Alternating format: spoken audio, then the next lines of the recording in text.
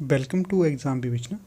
तो दोस्तों, जो आज का लेक्चर रहेगा तो ये रहेगा आपको पीएचडी हिंदी के सॉल्व पेपर को करवाना है। ठीक है, इसमें हम मतलब 1 से 50 तक तो टीचिंग एप्टीट्यूड या फिर रिसर्च एप्टीट्यूड से संबंधित प्रश्न होंगे, उन्हें नहीं देखेंगे क्योंकि ये सेंट्रल यूनिवर्सिटी धर्मशाला का प्रश्न पत्र है और आप लोगों को ये अच्छे से विदित होगा कि जल्द ही एचपीयू शिमला में भी पीएचडी हिंदी के लिए एंट्रांस परीक्षा होने वाली है। उसी के मद्देनज़र आपके समक्ष ये वीडियो लाया हूँ मैं।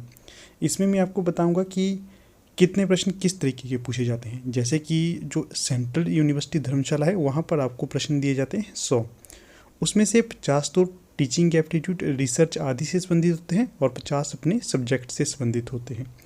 इसीलिए वो प्रश्न पत्र मैं आपके लिए लाया हूँ। देखिए, अगर आप लोग में से बहुत से बच्चे ऐसे होंगे जो एचपीयू शिमला का एंट्रांस भी देने वाले हैं, वहाँ पर अगर जब आप प्रश्न पत्र को सॉल्व करते हैं तो उसी समय वापस वो ले लिया जाता है, आपको कोई भी प्रश्न पत्र नहीं दिया जाता। क्योंकि देखिए, जो प्रश्न पत्र होता है उसके पीछे ही हमने प्रश्नों को सॉल्व भी करना होता है। जैसे मान लीजिए वहाँ पर बड़े बड़े क्वेश्चन भी आएंगे जिसको आपने अच्छे से लिखना है। मान लीजिए आपसे छायावाद की विशेषताएं पूछी जाएगी, भक्ति काल की विशेषताएं पूछी जाएगी, पाश्चात्य काव्यशास्त्र से संबंधित प्रश्न पूछा जाएगा, तो उसको आपने वीडियो के अंत में लिखना होता है। तो ये तो रही एचपीयू की बात, और वहाँ पर कोई नेगेटिव मार्किंग नहीं होती है। उसमें आपसे फर्स्ट पेपर का मेरे ख्याल से टीचिंग एप्टीट्यूड वगैरह नहीं पूछा जाता है। पूरा कंफर्म तो नहीं हूँ क्योंकि अभी तक इनकी ऑफिशियल नोटिफिकेशन नहीं आई है जो हम आधार मानकर चलते हैं। क्योंकि काफ़ी सारे मेरे मित्र ऐसे हैं जिन्होंने इसकी पीछे परीक्षा दी थी और बताया था कि इसका प्रश्न पत्र नहीं मिलता है। आपको अगर प्रश्न याद रखने हो तो स्मृति के आधार पर रख सकते हैं और वैसे दूसरों को भी बता सकते हैं। इसीलिए ये वीडियो लाने का मेरा उद्देश्य रहा है कि आप अच्छे से इस परीक्षा को दें और अपनी पीएचडी में एंट्रांस को क्वालिफाई करें। ठीक है, ध्यान रखना है एचपीयू का पैटर्न सेंट्रल यूनिवर्सिटी से अलग है। सेंट्रल यूनिवर्सिटी में अगर आप प्रवेश परीक्षा देते हैं वहाँ पर आपको लॉन्ग क्वेश्चन लिखने के लिए नहीं आते हैं, परंतु हिमाचल प्रदेश विश्वविद्यालय शिमला है वहाँ पर पीएचडी के एंट्रांस के लिए बड़े बड़े क्वेश्चन भी लिखने के लिए आते हैं। आप लोग मुझे लगता है अच्छे से तैयारी कर ही रहे होंगे, तो निरंतर मेहनत करते रहिए और जो ये प्रश्न पत्र आपके समक्ष लाया हूँ इसको देखिएगा, आपको इसका अवश्य लाभ मिलेगा। तो जैसा आप लोगों को विदित होगा कि जो हिंदी साहित्य होता है किसी एक परीक्षा में ये प्रश्न नहीं पूछे जाते हैं, काफ़ी सारी परीक्षाओं में ये प्रश्न रिपीट होते हैं। उदाहरण के लिए एंटी नेट लीजिए, सेट लीजिए, जेआरएफ लीजिए, टीजीटी, पीजीटी, एलटी टेट, कोई भी परीक्षा हो। हालांकि यहाँ तक देखिए, ध्यान रखिएगा, जो एमए हिंदी एंट्रांस की परीक्षा देगा उसके लिए भी ये वीडियो काफ़ी महत्वपूर्ण होने वाली है। तो ध्यान से इन्हें देखिएगा और अपनी परीक्षा को क्रैक करिएगा। पहले ही आपको एडवांस में ऑल द बेस्ट कहूँगा। अच्छे से आप सभी ने पेपर देना है, आपको अवश्य सफलता मिलेगी। ठीक है, तो चलिए शुरू करते हैं आगे की वीडियो को। तो यहाँ पर देखिएगा, अगर आप लोग हमारे एलटी कमीशन और पीजीटी हिंदी के बैच में एनरोल होना चाहते हैं तो आप इसमें एनरोल हो सकते हैं। यहाँ पर मैं आपको बताऊँगा कि क्या क्या आपको मिलेगी, कैसे मिलेगी, क्या क्या आपको करना पड़ेगा। देखिएगा, पहले तो यहाँ पर स्पष्ट कर देता हूँ कि जो ये बैच होगा ये पूर्णतः ऑनलाइन होगा, कोई भी ऑफलाइन नहीं होगा। कुछ भी आपको जानकारी दी जाएगी, ये सारी आपको वीडियो जो भी होंगे ये आपको यूट्यूब पर प्रोवाइड करवाए जाएंगे। ठीक है, यूट्यूब वीडियो का लिंक आपको व्हाट्सएप ग्रुप में सेंड कर दिया जाएगा। अगर कोई पर्सनल चाहता है तो उसको पर्सनली भी सेंड किया जाएगा। ठीक है ना, इस तरह से ये स्ट्रैटेजी रहेगी। फिर आगे है आपको वीडियो कब, कैसे और कितने बजे मिलेगा।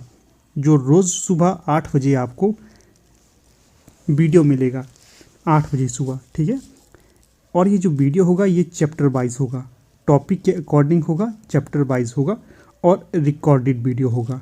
ठीक है, लगभग 1 घंटे के आसपास का ये वीडियो होगा। 1 घंटे से ज़्यादा भी हो सकता है, कई बार थोड़ा कम भी हो सकता है। आप अनुमान लगाइए 1 घंटे के आसपास का आपका लेक्चर होगा जो सुबह आपको 8 बजे मिलेगा। इसके साथ जो ये लेक्चर होगा रोज़ हिमाचल प्रदेश केंद्रीय विश्वविद्यालय पीएचडी हिंदी के प्रश्न पत्र की इस वीडियो में जितने भी उत्तर आपको दिए जाएंगे ये सभी ऑफिशियल आंसर के पर आधारित होंगे।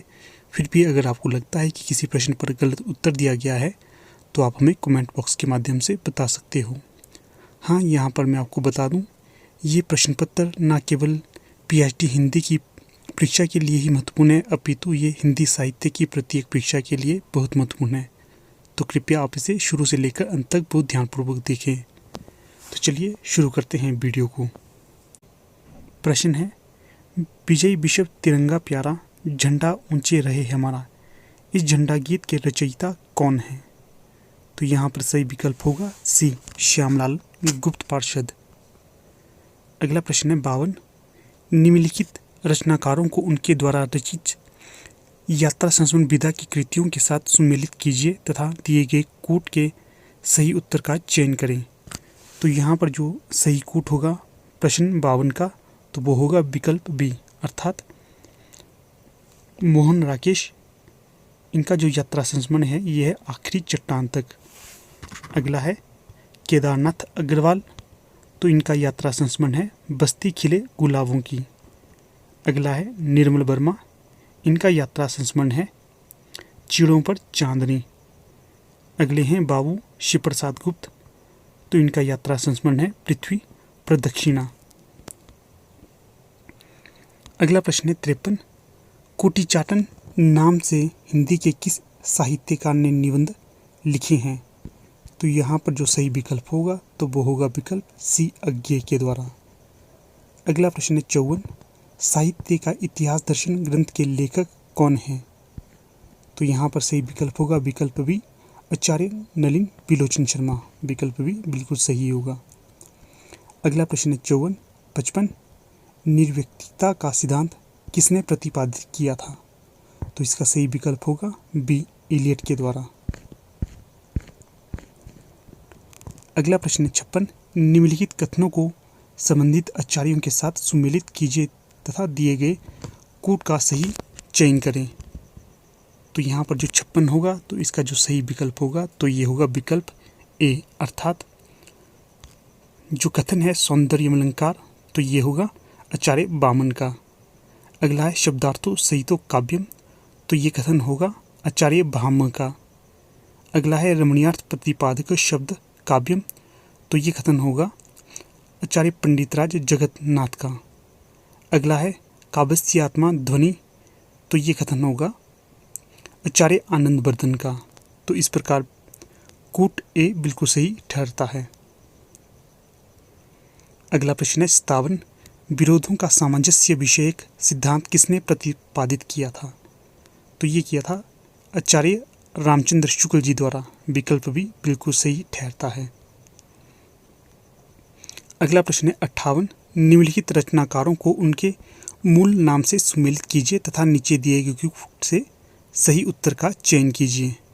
तो यहाँ पर एक तरफ रचनाकार दिए गए हैं और दूसरी तरफ इनका मूल नाम दिया गया है।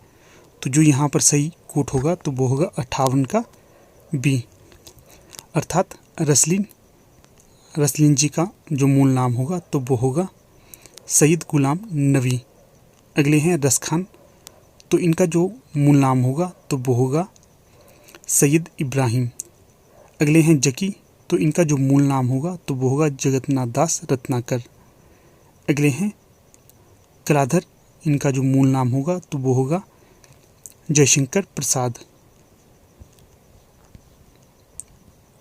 अगला प्रश्न है 59, कालक्रमानुसार इन रचनाकारों का सही क्रम इंगित कीजिए। तो जो यहाँ पर सही विकल्प होगा तो वो होगा विकल्प डी, अर्थात सबसे पहले मृगावती, उसके पश्चात पद्मावत, उसके पश्चात मधुमालती और सबसे अंत में चित्रावली। विकल्प डी बिल्कुल सही ठहरता है। अगला प्रश्न है 60, संविधान के किस अनुच्छेद के तहत हिंदी को संघ की राजभाषा घोषित किया गया है? तो जो यहाँ पर सही विकल्प होगा तो वो होगा विकल्प बी, अनुच्छेद 343। अगला प्रश्न 61, निम्नलिखित में से एक तथ्य असत्य है। तो यहाँ पर बताना है कि जितने भी 4 विकल्प दिए गए हैं इनमें से कौन सा तथ्य असत्य है। तो जो असत्य तथ्य होगा तो वो होगा विकल्प बी, दिनमान के प्रथम संपादक रघुवीर सहाय थे। तो ये तथ्य गलत होगा, बाकी सभी तथ्य सही हैं। तो सही तथ्यों को देखते हैं। प्रथम विकल्प है कर्मवीर पत्र के संपादक पंडित माखनलाल चतुर्वेदी थे, तो ये सत्य तथ्य है। अगला है पहल पत्रिका जबलपुर से प्रकाशित होती थी, तो ये भी सही विकल्प है। अगला है आजकल पत्रिका दिल्ली से प्रकाशित होती है, तो ये तथ्य भी बिल्कुल सही है। अगला प्रश्न देखते हैं 62। प्रश्न है निरालाकृत राम की शक्ति पूजा नामक प्रसिद्ध रचना का प्रेरणा स्रोत है? तो ये होगा विकल्प बी कृतवासी रामायण। अगला प्रश्न है 63। संतन को कहाँ सीकरी सो काम, आवत जात पनिहिया टूटी, बिसरी गयो हरि नाम। तो ये पंक्ति किस कवि की है? तो जो यहाँ पर सही विकल्प होगा तो वो होगा विकल्प भी कुंभन दास। कुंभन दास का संबंध अष्टछाप के कवियों से रहा है। अगला प्रश्न है 64। छायावाद के समर्थन में सबसे पहले लेख लिखने वाले लेखक हैं? तो ये होंगे विकल्प भी मुकुटधर पांडे। अगला प्रश्न है 65। तो प्रश्न है प्रकाशन वर्ष के अनुसार कुबेरनाथ राय के निबंध संग्रहों का सही अनुक्रम बताएं। तो 65 का जो सही विकल्प होगा तो वो होगा विकल्प ए, अर्थात सबसे पहले आएंगे रस आख्यातक, उसके पश्चात आएगा विषाद योग, उसके पश्चात आएगा महाकवि की तर्जनी और सबसे अंत में होगा दृष्टि अभिसार। इस प्रकार 65 का विकल्प ए बिल्कुल सही ठहरता है। अगला प्रश्न भी कालक्रमानुसार वाला ही है। प्रश्न पूछा गया है प्रकाशन वर्ष के अनुसार नंद दुलारे वाजपेयी के निम्नलिखित आलोचना ग्रंथों का सही अनुक्रम बताएं। तो जो यहाँ पर सही विकल्प होगा प्रश्न 66 का तो वो होगा विकल्प ए, अर्थात सबसे पहले हिंदी साहित्य विश्व शताब्दी, उसके पश्चात आधुनिक साहित्य, उसके पश्चात रस सिद्धांत और सबसे अंत में रीति और शैली। अगला प्रश्न है 67 और ये तर्क और स्थापना वाला प्रश्न है। अक्सर एनटीए नेट के द्वारा इस तरह के प्रश्न पूछे जाते हैं, तो इस तरह के प्रश्न बहुत ही ज़्यादा महत्वपूर्ण होते हैं। तो स्थापना है साहसपूर्ण आनंद की उमंग का नाम उत्साह है, और तर्क है साहस के बिना वीरकर्म का संपादन नहीं होता, अतः आनंद भी प्राप्त नहीं होता। तो 67 का सही जवाब होगा विकल्प बी, अर्थात ए सही है और आर गलत है। ए है स्थापना और आर है तर्क। अगला प्रश्न है 68। निम्नलिखित पंक्तियों को उनके छंदों के साथ सम्मिलित कीजिए। तो यहाँ पर एक तरफ सूची ए दी गई है और दूसरी तरफ सूची 2 दी गई है। तो जो प्रश्न संख्या 68 है इसका जो सही विकल्प होगा तो वो होगा विकल्प डी। अगला प्रश्न है 69। निम्नलिखित कृतियों को उनके रचनाकारों के साथ सम्मिलित कीजिए। तो जो यहाँ पर सही कोट होगा तो वो होगा विकल्प सी, अर्थात ऐसे इन क्रिटिसिज्म। तो ये होगी रचना मैथ्यू अर्नाल्ड की। अगला है एस्थेटिका, तो ये रचना होगी क्रोची की। अगला है फिलॉसफी ऑफ रिटोरिक, तो ये रचना होगी आइए रिचर्ड्स की। अगला है a history of modern criticism, तो ये रचना होगी रेने विलेक की। तो इस प्रकार विकल्प सी बिल्कुल सही ठहरता है। अगला प्रश्न है 70। निम्नलिखित पंक्तियों को उनके कृतियों के साथ सम्मिलित कीजिए। तो यहाँ पर सूची ए दी गई है, यहाँ पर पंक्ति है और सूची 2 है, यहाँ पर रचना है। तो यहाँ पर हमें इनको एक दूसरे के साथ मिलाना है। तो यहाँ पर जो 70 का सही कोट होगा तो वो होगा कोट सी, अर्थात अब अभिव्यक्ति के सारे खतरे उठाने ही होंगे। तो ये जो पंक्ति ली गई है तो ये ली गई है अंधेरे में से, और ये रचना है मुक्तिबोध की। अगली पंक्ति है हंस पड़ा गगन व शून्य लोक, ये पंक्ति है कामायनी की। अगला जो पंक्ति है ये ली गई है स्थिर समर्पण है हमारा, तो ये पंक्ति है नदी के द्वीप की। अगली पंक्ति है आप अपने से उगा में, तो ये पंक्ति है कुकुरमुत्ता की। इस प्रकार विकल्प सी बिल्कुल सही ठहरता है। अगला प्रश्न है 71। निम्नलिखित संस्थाओं की स्थापना का सही अनुक्रम क्या है? तो जो यहाँ पर सही विकल्प होगा तो वो होगा विकल्प सी, अर्थात सबसे पहले काशी नागरिक प्रचारणी सभा की स्थापना हुई है, उसके पश्चात हिंदी साहित्य सम्मेलन, उसके पश्चात दक्षिण भारत हिंदी प्रचार सभा और सबसे अंत में केंद्रीय हिंदी निदेशालय। विकल्प सी बिल्कुल सही ठहरता है। अगला प्रश्न है 72। इतिहास की दृष्टि से हिंदी महाकाव्यों का सही अनुक्रम क्या है? तो जो यहाँ पर सही विकल्प होगा 72 का तो वो होगा विकल्प सी, अर्थात सबसे पहले प्रिय प्रवास, उसके पश्चात साकेत, उसके पश्चात कामायनी और सबसे अंत में लोकायतन। अगला प्रश्न है 73। तो प्रश्न है निम्नलिखित काव्य पंक्तियों को उनकी भाषा के साथ सम्मिलित कीजिए। तो जो यहाँ पर सही विकल्प होगा 73 का, तो वो होगा विकल्प बी। तो दोस्तों यहाँ पर आप इन पंक्तियों को मिला देना। अगर मैं इनको मिला दूँ तो वीडियो काफ़ी लंबी हो जाएगी, यहाँ पर नहीं, स्किप कर देते हैं। अगला प्रश्न है 74, निम्नलिखित बोलियों को उनके भौगोलिक क्षेत्र के साथ सम्मिलित कीजिए। तो यहाँ पर जो सही विकल्प होगा 74 का, तो वो होगा विकल्प सी, अर्थात हड़ौती का होगा राजस्थान, बघेली का होगा मध्य प्रदेश, गढ़वाली का होगा उत्तराखंड और कन्नौजी का होगा उत्तर प्रदेश। विकल्प सी बिल्कुल सही है।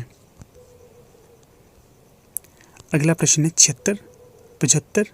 तो प्रश्न पूछा गया है निम्नलिखित विधि के क्रियारूपों को उनकी बोली के साथ सम्मिलित कीजिए। तो यहाँ पर जो सही कूट होगा तो वो होगा 75 का सही कूट, विकल्प ए। अगला प्रश्न देखते हैं 76। तो प्रश्न है निम्नलिखित पंक्तियों को उनके लेखकों के साथ सम्मिलित कीजिए। तो यहाँ पर जो सही कूट होगा तो 76 का, तो वो होगा विकल्प सी। अगला प्रश्न है 77, केशव कहीं न जाए का कहिए, देखत रचना विचित्र अति, समुझी मन ही मन रहिए। किस कवि की काव्य पंक्ति है? तो यहाँ पर जो सही विकल्प होगा तो वो होगा विकल्प बी, तुलसीदास जी। अगला प्रश्न है 78, कालक्रम की दृष्टि से पत्रिकाओं का सही अनुक्रम क्या होगा? तो सही विकल्प होगा 78 का विकल्प डी, अर्थात सबसे पहले आनंद कादम्बिनी, उसके पश्चात सरस्वती, उसके पश्चात श्री शारदा और सबसे अंत में प्रतीक पत्रिका। अगला प्रश्न है 69, कालक्रम की दृष्टि से निबंध संग्रह का सही अनुक्रम क्या होगा? तो जो यहाँ पर सही विकल्प होगा 79 का, तो वो होगा विकल्प सी, अर्थात शिव शंभू के चिट्ठे, रसज्ञ रंजन, श्रृंखला की कड़ियाँ और कल्पलता। अगला प्रश्न है 80, कालक्रम की दृष्टि से अज्ञेय के निम्नलिखित काव्य संग्रहों का सही अनुक्रम क्या होगा? तो 80 का सही विकल्प होगा विकल्प डी, अर्थात सबसे पहले इत्यलम, उसके पश्चात हरी घास पर क्षण भर, उसके पश्चात कितनी नावों में कितनी बार और सबसे अंत में सागर मुद्रा। अगला प्रश्न है 81, भुक्तिवाद की अवधारणा किसने की है? तो भुक्तिवाद की अवधारणा की है विकल्प बी, अर्थात आचार्य भट्टनायक ने। अगला प्रश्न है 82, निम्नलिखित पंक्तियों के साथ उनके कवियों के नाम सुमेलित कीजिए। तो एक तरफ यहाँ पर पंक्तियाँ दी गई हैं और दूसरी तरफ उनके रचनाकार। तो 82 का सही विकल्प होगा सी, अर्थात जात पात पूछे नहीं कोई, तो ये पंक्ति होगी रामानंद की। उसके पश्चात है गिरा नयन नयन बिनु पानी, तो ये होगा तुलसीदास की। अगली है प्रेम प्रेम ते हुए प्रेम ते पर ही पाइए, तो ये पंक्ति होगी सूरदास की। अगली है मानुष प्रेम भयो बैकुंठी, तो ये पंक्ति होगी जैसे की। तो इस प्रकार कोटसी बिल्कुल सही ठहरता है। अगला प्रश्न है 83, तो प्रश्न पूछा गया है निम्नलिखित ग्रंथ और उनके ग्रंथकारों को सुमेलित कीजिए। तो एक तरफ रचना दी गई है और दूसरी तरफ रचनाकार का नाम दिया गया है। तो यहाँ पर जो सही विकल्प होगा या कूट होगा तो वो होगा कूट ए, अर्थात प्रैक्टिकल क्रिटिसिज्म, तो ये होगा रिचर्ड्स का। अगली जो रचना होगी तो ये होगी टी.एस. एलियट की। अगली रचना है लिरिकल बैलेड्स, तो ये रचना होगी वर्ड्सवर्थ की। अगली है पोइटिक्स, तो ये रचना होगी अरस्तू की। इस प्रकार कोटे बिल्कुल सही ठहरता है। अगला प्रश्न है निम्नलिखित पंक्तियों को उनके लेखकों के साथ सुमेलित कीजिए। तो 84 का जो सही कोट होगा तो वो होगा कोट सी, अर्थात अरुण ये मधुमय देश हमारा, तो ये पंक्ति होगी जयशंकर प्रसाद की। अगला है हम नदी के द्वीप हैं, तो ये पंक्ति है अज्ञेय की। और अगला है दुखों के दागों को तमंगों सा पहनो, तो ये जो पंक्ति होगी तो ये होगी मुक्तिबोध की। और अगली जो पंक्ति है मेरे लिए हर आदमी एक जोड़ी जूता है, तो ये होगी धूमिल की। इस प्रकार कोट सी बिल्कुल सही ठहरता है। अगला प्रश्न है 85। प्रश्न है निम्नलिखित को सुमेलित कीजिए। तो एक तरफ पत्रिकाओं के बारे में दिया गया है और दूसरी तरफ उनके संपादकों के बारे में दिया गया है। यहाँ पर इन्हें मिलाना है।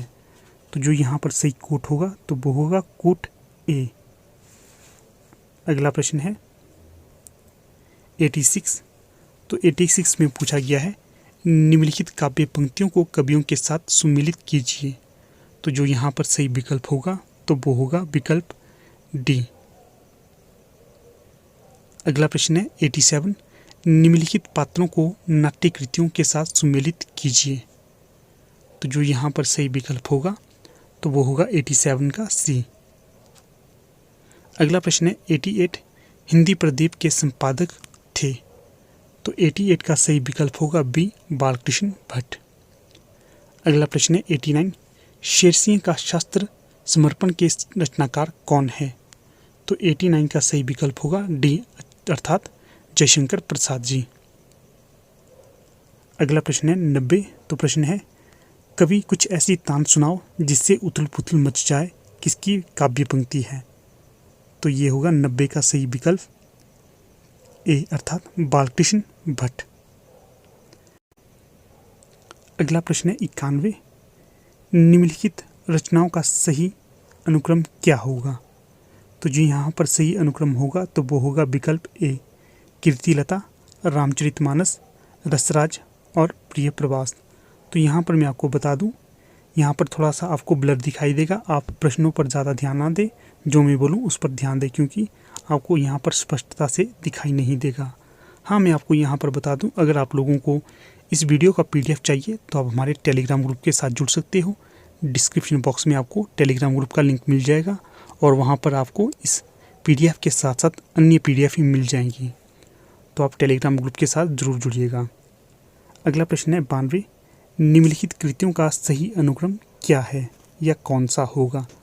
तो 92 का सही विकल्प होगा सी अर्थात सबसे पहले आंसू, उसके पश्चात ग्रंथि, उसके पश्चात नए पत्ते और सबसे अंत में ठंडा लोहा। अगला प्रश्न है 93। निम्नलिखित उपन्यासों का सही अनुक्रम क्या होगा। तो 93 का सही विकल्प होगा बी अर्थात सबसे पहले चंद्रकांता, उसके पश्चात गोदान, उसके पश्चात झूठा सच और सबसे अंत में राग दरबारी। अगला प्रश्न है 94। निम्नलिखित नाटकों का सही अनुक्रम क्या है। तो जो नाटकों का सही अनुक्रम होगा तो वो होगा डी अर्थात सबसे पहले विद्या सुंदर, उसके पश्चात ध्रुव स्वामिनी, उसके पश्चात आधे अधूरे और सबसे अंत में राम की लड़ाई। अगला प्रश्न है 95। इन साहित्य इतिहास ग्रंथों को उनके लेखकों के साथ सुमेलित कीजिए। तो 95 का सही विकल्प या कोट होगा ए अर्थात हिंदी साहित्य का नया इतिहास। तो ये रचना होगी बच्चन सिंह की। अगला है हिंदी साहित्य का वैज्ञानिक इतिहास। तो ये जो रचना है तो ये होगी गणपति चंद्रगुप्त की। अगला है हिंदी साहित्य का आलोचनात्मक इतिहास। तो ये होगा राम कुमार वर्मा की रचना। और अंत में है हिंदी साहित्य और संवेदना का विकास।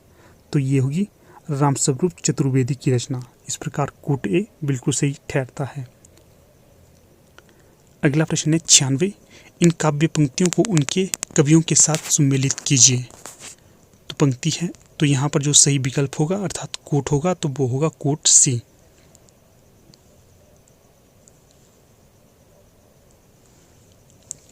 पंक्तियों को देखते हैं। पेट पीठ दोनों मिलकर हैं एक। तो ये जो पंक्ति होगी तो ये होगी निराला की। अगली पंक्ति है सांप तुम सभ्य हुए नहीं। तो ये पंक्ति होगी अज्ञे की। अगली है एक आदमी रोटी बेलता है। तो ये पंक्ति होगी धूमिल की। और जो अंतिम पंक्ति है श्वानों को मिलता दूध भात, भूखे बालक अकुलाते हैं। तो ये पंक्ति होगी दिनकर की। तो कोट सी बिल्कुल सही ठहरता है। अगला प्रश्न है 97। दक्षिणी भारत हिंदी प्रचार सभा मद्रास की स्थापना किसने की। तो यहाँ पर जो 97 का सही विकल्प होगा तो वो होगा विकल्प बी महात्मा गांधी ने। अगला प्रश्न है 98। निम्नलिखित भाषाओं के विकास का सही अनुक्रम बताइए। तो जो 98 का सही विकल्प होगा तो विकल्प बी अर्थात सबसे पहले पाली, उसके पश्चात प्राकृत, उसके पश्चात अपभ्रंश और सबसे अंत में हिंदी। अगला प्रश्न है 99, निम्नलिखित कवियों का सही अनुक्रम बताइए। तो 99 का सही विकल्प होगा सी, अर्थात सबसे पहले सरहप्पा, उसके पश्चात गोरखनाथ, उसके पश्चात हेमचंद्र और सबसे अंत में सोमप्रभ सूरी। और जो अंतिम प्रश्न है इस वीडियो का तो वो होगा रचनाकाल कालक्रम से सही निर्देश कीजिए। तो जो 100 का सही विकल्प होगा तो वो होगा विकल्प बी, अर्थात सबसे पहले बच्चन सिंह, उसके पश्चात दिनकर, उसके पश्चात अज्ञे और सबसे अंत में मुक्तिबोध। तो ठीक है दोस्तों, हमारी आज की वीडियो फिलहाल इतनी ही। हम जल्द ही आपसे मुलाकात करेंगे एक नई वीडियो के साथ। तब तक के लिए धन्यवाद। वेलकम टू एग्ज़ाम विवेचना। तो दोस्तों, जैसा कि आप लोग वाकिफ़ ही होंगे कि जल्द ही आपकी LT टेट की जून की परीक्षा आने वाली है। ठीक है, आप लोग इस चीज़ से भी अवगत होंगे कि वर्ष में 2 बार LT टेट की परीक्षा आयोजित की जाती है। तो इसी को ध्यान में रखकर आपके समक्ष एक क्रैश कोर्स लाए हैं 40 दिन का। जो ये हमारा कोर्स रहेगा, इससे पहले भी हमने बहुत से कोर्स करवाए थे, उसमें बहुत से बच्चों के टेट भी क्लियर हो चुके हैं और अभी भी हमारे बहुत से कोर्स चले हुए हैं। ठीक है, तो बहुत से बच्चे एनरोल नहीं हो पाए थे, कुछ कह रहे थे कि एनरोल होना चाहते हैं, ये वो फलाना ढिमकाना। तो देखिए, आप लोगों के लिए ये कोर्स लाया गया है। 40 दिन का ये कोर्स रहेगा। ये हम ध्यान में रखकर तैयारी करेंगे कि जून के शुरू में ही परीक्षा होगी, ये हमारा मेन उद्देश्य रहेगा। ठीक है, वैसे तो जून की शुरू में ही परीक्षा नहीं होगी, बीच में भी हो सकती है, पूरी अभी तक इसकी जानकारी नहीं आई है, पर हम मानकर